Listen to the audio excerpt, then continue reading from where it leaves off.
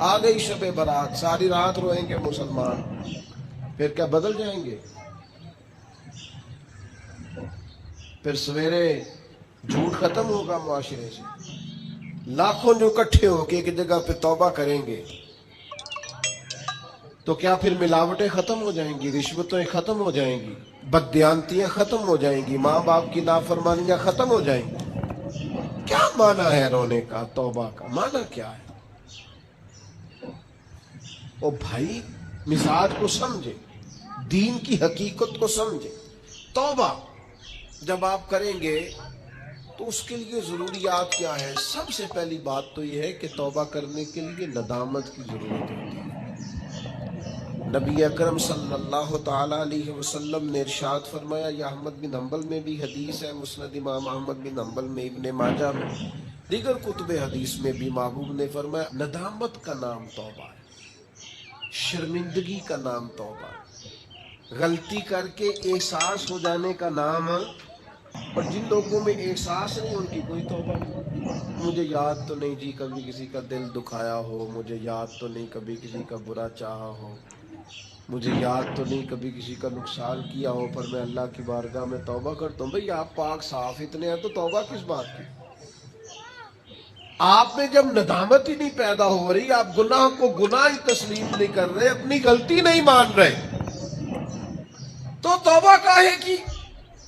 تو توبہ کرنے سے پہلے احساس پیدا کرنا، ندامت پیدا کرنا، شرمندگی دل میں پیدا ہونا، یہ تو پہلی سیڑھی ہے۔ اور اگر یہ سیڑھی حاصل نہیں ہے تو پھر توبہ انسان کو میسر آ سکتی؟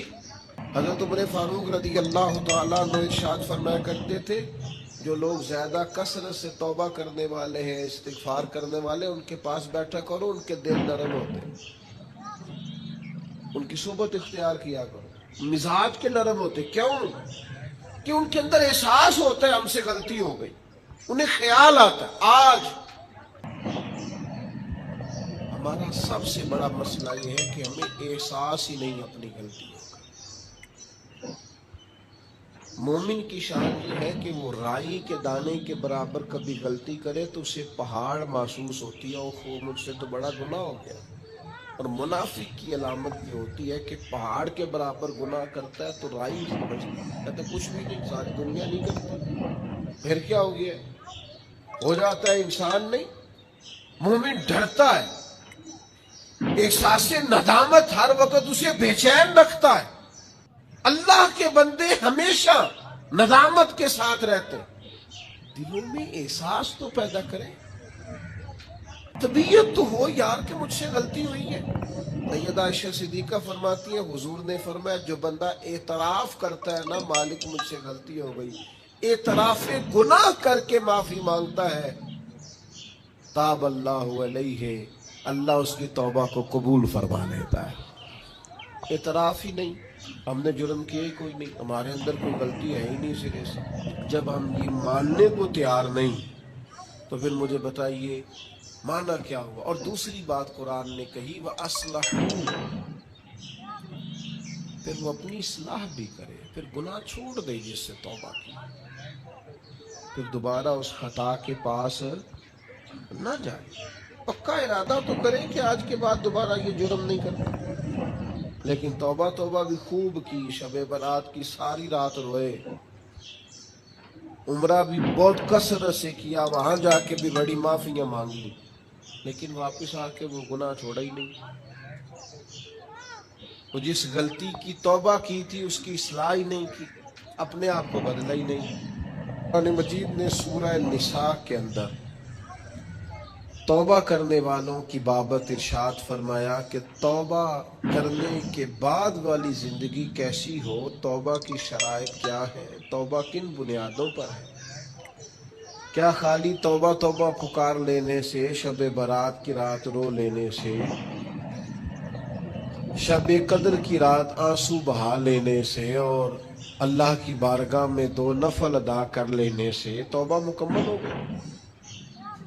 تو قرآن مجید نے یہاں توبہ کا ذکر فرمایا، اگرچہ پیچھے جو آیات ہیں اس میں تذکرہ منافقین کا ہو رہا ہے کہ منافق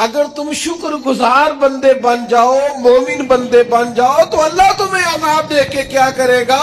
رب تمہیں عذاب دینا چاہتا نہیں ہے، وہ کرم کرنا چاہتا ہے، وہ عطائیں کرنا چاہتا ہے۔ دو ہی مطالبے ہیں، ایک یہ کہ اس کے شکر گزار بنو، اور ایک یہ کہ مومن کامل بنو۔ کامل ایمان ہو اور مزاج شکر والا ہو تو رب کہتا ہے او اللہ تمہیں عذاب دے کے کیا کرے۔ اس کی رضا نہیں ہے کہ تم چھلانگے لگاتے ہو، عذاب کی طرف بڑھتے ہو۔ پوچھ لے ویسے دائیں بائیں کسی سے، پوچھ لے ویسے اپنے آپ سے کہ دل شاکر ہے، اللہ کی رضا پہ راضی ہے؟ جہاں مالک نے رکھا ہوا ہے وہاں لوگ خوش ہیں۔ ہمارے مزاجوں سے تو حال میں مزید کی طلب ہی نہیں جاتی، یہ کوئی نہیں، وہ کوئی نہیں، یہاں پریشانی، وہاں تو یہاں آزمائش، ہر وقت کے شکوے، ہر وقت کی پریشانیاں، ہر وقت کی آزمائشیں ہم نے اوڑھ رکھی ہیں۔ فرمایا اللہ تمہیں عذاب دے کے کیا کرے گا اگر تم شکر کرو، اگر تم ایمان لاؤ۔ اور مزے کی بات دیکھو، شکر اتنی بڑی نعمت ہے کہ ایمان کا ذکر بظاہر بعد میں کیا، شکر کا پہلے کیا۔ اور یہاں علماء نے لکھا ہے کامل مومن بھی وہی ہوتا ہے جو رب کا شکر گزار ہوتا ہے، جس کے مزاج میں شکر کوئی نہیں نا، اس کو ایمان کی وہ خاص لذت بھی نصیب نہیں ہوتی۔ اور آگے پتہ کیا ارشاد فرما، وہ تمہیں عذاب دے کے کیا کرے گا اگر تم شکر کرو اور ایمان لے آؤ۔ وَقَانَ اللَّهُ شَاكِرًا عَلِيمًا، اللہ تو قدر کرنے والا ہے، اللہ تو قدردان ہے، اللہ تعالیٰ تو صلہ دینے والا ہے، اور علیمہ وہ جاننے والا ہے تمہارے دلوں میں کیا ہے۔ تم اگر شکر کر لو، تم اگر ایمان لے آؤ تو اللہ تمہیں عذاب دے کے۔ ہمارا پتہ مزاج کیا ہے، ہماری طبیعت سے ناشکری نہیں جاتی، ہمارے مزاجوں میں نہ ایک بات پیدا ہو گئی ہے کہ میں دکھی ہوں، فلانا مجھ سے بڑا اچھا ہے، اس نے نہ ہمیں مضطرب کر دیا ہے، بے چین کر دیا ہے۔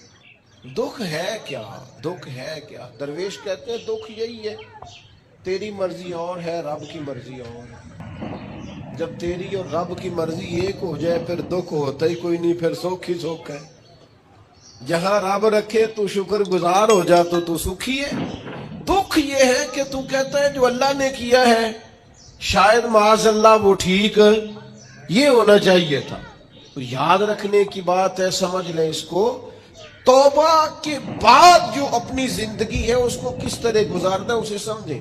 تو بھائی بچہ چھٹیاں کر کے آتا ہے، استاد کہتا ہے میں تمہیں کلاس میں نہیں رکھوں گا، یہاں سے نکل جاؤ۔ تو وہ طالب علم کہتا ہے کہ استاد جی آئندہ چھٹی نہیں کروں گا، آئندہ چھٹی مجھے معاف کر دے، میں آئندہ غیر حاضری۔ یہ کیا ہے؟ یہ اس کی توبہ ہے۔ اگر وہ کہے کہ جناب آپ معاف بھی کر دیں پر اگلے ہفتے 2 چھٹیاں میں نے دوبارہ بھی کرنی ہے تو استاد رکھ لے گا، تو اسے کہیں گے تو فارغ ہے۔ وہ یقین دلاتا ہے، پھر اپنی اماں سے سفارش کراتا ہے، فون کراتا ہے، ابا جی کا فون کراتا ہے، گھر سے وہ کسی سفارشی کو لاتا ہے، کہتا ہے جناب یہ مہربانی کریں، یہ میں ان کو ساتھ لایا ہوں، میں آئندہ چھٹی غلطی ہو گئی، بھول گیا تھا۔ وہ بار بار کہتا ہے جی آج کے بعد ہوا تو جو مرضی کر لیجئے گا، آج کے بعد اگر غلطی ہوئی تو پھر آپ جو مرضی فیصلہ کیجئے گا۔ یہ غلطی آئندہ نہ کرنے کا ارادہ توبہ ہے۔ لیکن ساری رات شب برات پہ رو کے سویرے ہی دکان کھولتے پہلا جھوٹ بول دینا اور کہنا میں توبہ کر کے آیا ہوں۔ حضرت ذوالنون مصری رحمت اللہ تعالیٰ علیہ فرماتے ہیں گناہ سے باز آئے بغیر توبہ کرنا جھوٹے لوگوں کا طریقہ ہے۔ یہ رب سے بھی جھوٹ بول کے آیا رات، اس کا پورا ارادہ نہیں تھا توبہ، اس لیے کہ گناہ چھوڑنے کا ارادہ ہی نہیں، باز آنے کا پروگرام ہی نہیں، اس کا استغفار، اس کی توبہ، یہ جملے تھے، یہ لفظ تھے، یہ زبان کی ادائیگی، قلب اور روح کے ساتھ اس نے توبہ نہیں کی۔ میرے بھائیوں، وقت ہمیں میسر آ رہا ہے، ارادہ کریں نا خطائیں چھوڑنے۔ اب کتنی دیر تک، کتنی دیر تک؟ بہت سارے حالات بدل گئے، عمریں بڑھ گئی، بات آگے نکل گئی۔ امام غزالی فرماتے ہیں جس کی عمر 40 سال ہو گئی اور ابھی بھی وہ گناہ سے باز نہیں آیا، اس کا مطلب یہ ہے کہ وہ اپنے لیے جہنم کا فیصلہ کر چکا ہے۔ معاذ، اس نے ارادہ کر لیا ہے کہ جانا ہی گویا دوزخ میں، اللہ کی نافرمانی پر کمر بستہ ہو گیا۔ تو دوسری شرط یہ ہے کہ ارادہ کیا جائے کہ میں آج کے بعد یہ والا عمل نہیں کروں گا۔ اور میں نے چھوٹے بچوں کو جو ابھی 15-18 سال کی عمر میں ہوتے ہیں، میں نے انہیں دیکھا ہے کہ وہ اساتذہ کو اور والدین کو کیسے مناتے ہیں، وہ اپنے بڑوں کو کیسے مناتے ہیں، وہ کیسے یقین دلاتے ہیں، کہتے ہیں آج کے بعد دوبارہ آپ مجھے یہ غلطی کرتے تو محسوس ہوتا ہے۔ پھر ان پر بڑے سخت ترین اساتذہ کو بھی رحم آتا ہے، کہتے ہیں یار کہہ تو رہا ہے، آخر بچہ ہے، چلو بھول گیا تھا، رکھ لو، خیال آ جاتا ہے۔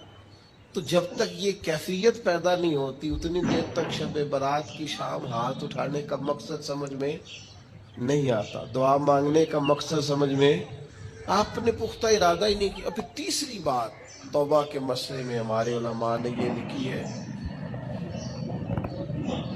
کہ گناہ جس طرح لوگ ڈٹ کے کرتے ہیں اور ڈھٹائی سے کرتے ہیں، تو توبہ والے معاملے میں بندے کو ذرا ڈٹنا چاہیے، کچھ دن اسے پریکٹس تو کرنی چاہیے، جدوجہد تو کرنی چاہیے، کوشش تو کرنی چاہیے۔ اللہ کہتا ہے تو ہمت کر، رب تیری مدد فرمائے۔ ان الذین قالوا ربنا اللہ ثم استقاموا تتنزل علیہم الملائکہ، جو کہے گا اللہ میرا رب ہے پھر ڈٹ جائے گا، اس کی مدد کے لیے اللہ فرشتے بھی نازل فرما دے گا۔ استقامت کا تھوڑا مزاج ہو، تھوڑی طبیعت ہو کہ ہم نے استقامت اختیار کرنی ہے، ڈٹنا ہے تھوڑا توبہ کے بعد، تھوڑا ارادہ کرنا ہے کہ یار نہیں اب میں نے اس طرف نہیں جانا، اب میرا ارادہ بدل گیا، اب میں نے یہ کام۔ ایک صحابی تھے تو فرماتے ہیں کہ میں توبہ کرنے سے پہلے ایک خاتون کے ہاں آیا جایا کرتا تھا، پھر اللہ نے مجھے توفیق دی، میں توبہ کر گیا اور کلمہ پڑھ گیا، اور جب میں حضور کی بارگاہ سے ہو کے واپس آ رہا تھا تو وہ رستے میں مجھے آوازیں دے رہی تھی، لیکن جب میں نظریں جھکا کے اس کے پاس سے گزر گیا تو مجھے کہنے لگی تم وہی نہیں ہو؟ تو میں نے کہا نہیں، اب تو میں توبہ کر کے آیا، اب تو میں اللہ کا بندہ بن گیا۔ حضرت حبیب اجمی رحمت اللہ تعالی علیہ، اللہ نے مجھے توفیق دی، میں ان کے مزار پہ بھی حاضر ہوا، بغداد محلہ میں ان کا مزار ہے، اور میں ان کے نا قبر کی پیروں کی جانب کھڑے ہو کے نا تو ان کے کچھ اقوال ان کو سنا رہا تھا، ان کے کچھ اقوال ان کو سنا رہا تھا۔ حضرت حبیب اجمی رحمت اللہ علیہ سود کا کام کرتے تھے، دعا کریں اللہ ہم سب کو محفوظ کرے، آمین تو کریں، اللہ ہم سب کو۔ اب لوگوں نے بغلوں میں فتوے بھی رکھ لیے ہیں، کل پرسوں میرے پاس ایک صاحب فتویٰ لے کے آئے، فلانے مولانا صاحب نے کہا فلانی بینک کا سیونگ اکاؤنٹ بھی ٹھیک ہے، یہ میری بغل میں فتویٰ ہے تو یہ آپ پڑھ لیں۔ میں کیا تو منو کو پوچھنا ہے جی تو تیرے کو فتویٰ جو ہے، ایک بندے کو فتویٰ مل گیا ہے اور اس نے پکڑا ہوا ہے، بغل میں ہے، میرے پاس کیوں آئے؟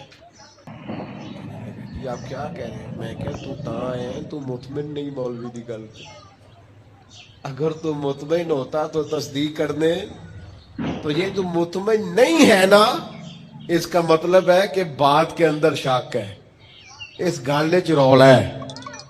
تو میں کیا رولے والی گل چنگی، تو میں کیا فتویٰ دوبارہ لپیٹ کے جیب چ پا، تو دا سیونگ اکاؤنٹ ٹھیک ہوندا ہے؟ کہندا جی سمجھ نہیں آئی تاں تے آیا۔ میں کہا بس ٹھیک ہے، تینوں پھر سمجھ آ گئی ہے، جیڑی سمجھ نہیں نہ آئی ہے دا مطلب ہے سمجھ آ گئی، یہ سمجھ لے آپ چھوڑیں۔ میں کسی کا نام نہیں لیتا، کوئی بات نہیں کرتا، میں آپ کو بخاری کی حدیث سناتا ہوں، نبی پاک علیہ السلام نے فرمایا کہ حلال ہے وہ بھی واضح ایک حرام ہے وہ بھی واضح ہے، ایک میں شک ہے کہ پتہ نہیں حلال ہے کہ پتہ نہیں حرام ہے۔ میرے کریم محبوب نے فرمایا تم نے شک والی چیز سے بھی بچنا ہے، شک سے بھی تم نے بچنا ہے، اس لیے کہ مسلمان طیب اور طاہر کا قائل ہوتا ہے، وہ پاکیزہ مزاج ہوتا ہے، پاکیزگی کا قائل ہوتا ہے۔ بھائیو یہ بچیں، یہ رزق حرام اتنا نقصان کرتا ہے کہ انسان کا اللہ سے رشتہ کمزور کر دیتا ہے۔ لقمہ حرام سے پوری پرہیز، پوری زہر کی طرح اس سے پرہیز کریں، تیزاب کی طرح اس سے بچیں، تب جا کے انسان کی روحانی زندگی کچھ آگے بڑھنی شروع ہوتی ہے۔ توبہ سچی، اخلاص والی، سنورنے والی اور استقامت والی کہ میں نے پھر دوبارہ یہ عمل نہیں کرنا، اور عادتیں بدل جایا کرتی ہیں، عادتیں بدل، عادی تھے لوگ شراب کے، پر حضور نے فرمایا حرام ہے، تو پھر دوبارہ کوئی قریب بالکل جن چیزوں کی 100% کوئی منع کرنے والا نہیں تھا ان کو اشاروں سے منع کیا میرے نبی پاک۔ تو یہ بندہ مومن کی شان ہوتی ہے، پھر وہ اتنے پکے ہوئے کہ دوبارہ ان چیزوں کے قریب تو توبہ کریں، لیکن پھر اس پر ڈٹیں۔ اور تیسری بات یہ ہے کہ اصلاح احوال کریں، توبہ کے بعد اپنی اصلاح کریں، اپنی تربیت کریں، اپنے اوپر توجہ دیں۔ ڈاکٹر 2 قسم کے چارٹ دیتے ہیں مریض کو، ایک یہ کہ یہ چیزیں نہیں کھانی، اور ایک یہ کہ یہ والی آپ نے کھانی، یہ آپ کے لیے، وہ کہتے ہیں تم نے تلی چیز نہیں کھانی، تم نے تیزابیت والی نہیں کھانی، آئلی چیزیں نہیں کھانی، اور سلاد ضرور کھانا، پھل کا استعمال ضرور کرنا ہے۔ یہ کیوں بتاتے ہیں کہ اگر آپ کو ساری چیزیں چھوڑ دیں گے تو پھر جسم کے اندر طاقت موجود نہیں رہے گی، کچھ آپ کو وہ چھوڑنی ہے جو نقصان دیتی، لیکن وہ کھانی ہے جو جسم کو طاقت ور کر۔ اصلاح اعمال کا معنی یہ ہے کہ یہ گناہ چھوڑ دیں اور اس کے ساتھ یہ والی نیکیاں کریں، سویرے اٹھ کے نفل پڑھیں، دن میں قرآن مجید پڑھیں، استغفار پڑھیں، درود پاک پڑھیں، غریب کی مدد کریں، ماں باپ کی خدمت کریں، جو آپ کے ذمہ حقوق العباد ہیں ان کو صحیح کر کے ادا کریں، اپنی زندگی کے اندر بہتر تبدیلیاں لائیں، اپنے آپ کو بدلیں۔ اور نوجوانوں سے کہوں گا سونا ذرا کام کریں، آرام پسندی اور وجود کی آرام طلبی سے باہر آپ ضائع ہو جائیں گے۔ تھوڑی مشقت کریں، تھوڑا کم سونے کا مزاج بنائیں، کم کھانے کا مزاج بنائیں، کم بولنے کا مزاج بنائیں۔ اصلاح احوال کے لیے ضروری ہے کہ ہم تھوڑی سی لذات کو ایک ایک کر کے کم کرنا شروع کریں تاکہ ہماری روحانی زندگی مضبوط ہونے لگے۔ پھر میرے بھائیوں، توبہ کے لیے ایک بڑا لازمی اور بڑا اہم اور بڑا بنیادی نقطہ یہ ہے کہ کچھ کام ایسے ہوتے ہیں جو اس نقطے کے بغیر ہو ہی نہیں سکتے۔ وہ نقطہ کیا ہے؟ وَاعْتَصِمُوا بِاللَّهِ، اللہ کے ساتھ تعلق کو مضبوط کریں، اللہ کے ساتھ تعلق کو۔ حضرت رابعہ بصریہ فرماتی تھی میرے دل میں خیال، مجھے پتہ چل جاتا ہے کہ میرا رابعہ مجھ سے راضی ہے کہ ناراض۔ نے کہا آپ کو کیسے پتہ چلتا ہے؟ فرمایا جب سویرے مجھے توفیق دیتا ہے نہ اٹھ کے مصلی بچھا لیں تو میں سمجھ جاتی ہوں آج بڑا راضی ہے، اور جب میں جاگ بھی رہی ہوں اور پھر بھی میری نماز رہ جائے تو لگتا ہے کہ وہ ناراض ہو گیا۔ بے توفیقی سے بڑی انسان کے لیے محرومی کوئی نہیں ہوتی۔ اللہ تعالیٰ جب کسی سے ناراض ہوتا ہے تو بازو کا سرمایہ نہیں چھینتا، سجدوں کی لذت لے جاتا ہے۔ لوگوں کے پاس ہر چیز ہوتی ہے لیکن بندگی کا موقع نہیں ہوتا۔ وَاعْتَصِمُوا بِاللَّهِ، سب کے لیے ٹائم ہو، اور اگر بندے کے پاس سجدہ کرنے کو ٹائم ہی نہ ہو، دیر تک دعا مانگنے کو ٹائم ہی نہ ہو۔ ایک دن بیمار نہیں ہوئی حضرت رابعہ بصریہ تو کہنے لگی مالک تو ناراض تو نہیں ہو گیا؟ تو مجھے بیمار کرتا ہے تو میں تجھے یاد بڑا کرتی ہوں، میرا نفس کمزور پڑ جاتا ہے، گناہ کی طرف نہیں جاتا، میں ذرا بیمار رہتی ہوں تو ٹھیک رہتی ہوں، مہربانی کر تو میرے اوپر وہ سارا بوجھ ڈال جس سے میرا نفس کمزور رہے اور تیری بات بات آسم باللہ۔ لمبی لمبی دعائیں مانگا کریں، دیر تک اپنے رب کے حضور حاضر رہا کریں۔ بندوں کو 10-15 منٹ بات سنائے تو وہ اکتانے لگ جاتے ہیں، وہ کہتے ہیں میں نے سن لیا ہے جو آپ نے کہا، مجھے سمجھ آ گئی، آپ بس کریں آپ۔ وہ کریم ہے، وہ کہتا ہے نہ تمہارے رب کو اونگ آتی ہے نہ نیند آتی، جس وقت بھی دعا مانگو وہ قبول کرتا ہے۔ اپنا تعلق اللہ رسول کے ساتھ مضبوط کریں۔ میں اپنے دوستوں سے اکثر کہتا ہوں ہر چیز کمزور ہو جائے تمہارا مسلح نہیں کمزور ہونا چاہیے۔